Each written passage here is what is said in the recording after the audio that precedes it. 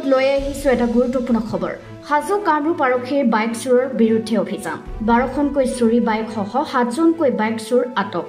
ৰাজ্যজুৰি বাইক চুৰৰ অতপালিয়ে নিৰ্তাক আহিছে সৰ্বসাধাৰণ ৰাইজৰ সমান্তৰালভাৱে হাজো অঞ্চলতো প্ৰায়ে সংঘটিত হৈ আহিছে বাইক চুৰিৰ ঘটনা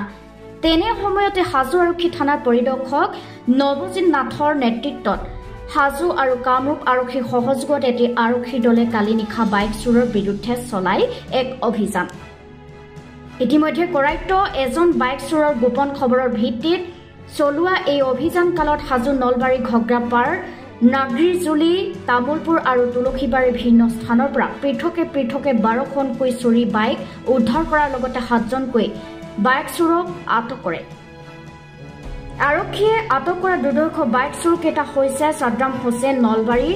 সাবিৰ আলী নলবাৰী ভিতৰ মহল অজিত সৰকাৰ উদালগুৰি ডিমাকুচি দীপু সৰকাৰ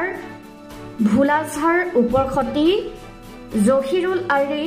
আৰু জেহৰুল আলী বাক্সা মাছখুচি ধন আলী হাজো আধিয়াৰপাৰা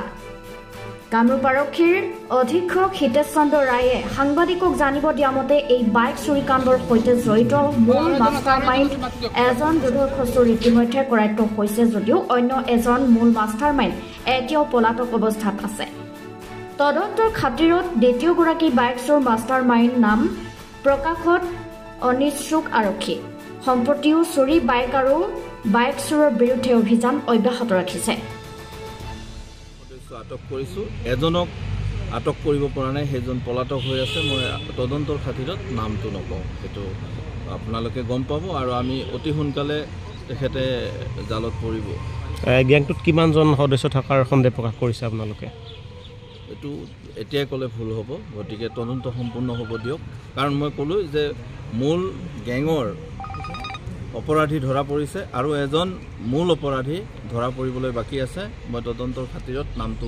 প্ৰকাশ কৰিব খোজা নাই আৰু আপোনাৰ তদন্ত শেষ হ'লে 12খন আৰু আমি ক'লো ওচৰ চুবুৰীয়া জিলা কেইখনত আমি অভিযান চলাইছিলোঁ আৰু তাত আমাৰ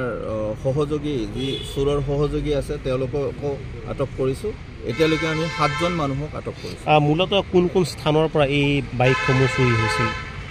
বাইকসমূহ আমাৰ জিলাখনৰ আপোনালোকে গম পায় হাজো অঞ্চলৰ পৰা হৈছিলে ৰঙিয়া অঞ্চলৰ পৰা হৈছিলে বাইহাটাৰ পৰা হৈছিল আমিনগাঁৱৰ পৰা হৈছিলে আৰু কিছু বাহিৰা জিলাৰো আছে গতিকে আমি সেইকাৰণে ইতিমধ্যে আমি ইয়াৰ চেচিছ নম্বৰ আৰু ইঞ্জিন নম্বৰ লৈ পেলাই আমি ওলাই দিছোঁ এই নম্বৰখিনিৰ জৰিয়তে গৰাকীয়ে নিজে চিনাক্ত কৰিব পাৰিব কাৰণ কিছুমান বাহনত নম্বৰ প্লেট নাই থেংক ইউ কমলাকান্ত দাসৰ প্ৰতিবেদন প্ৰতিদিন লাইভ আছাম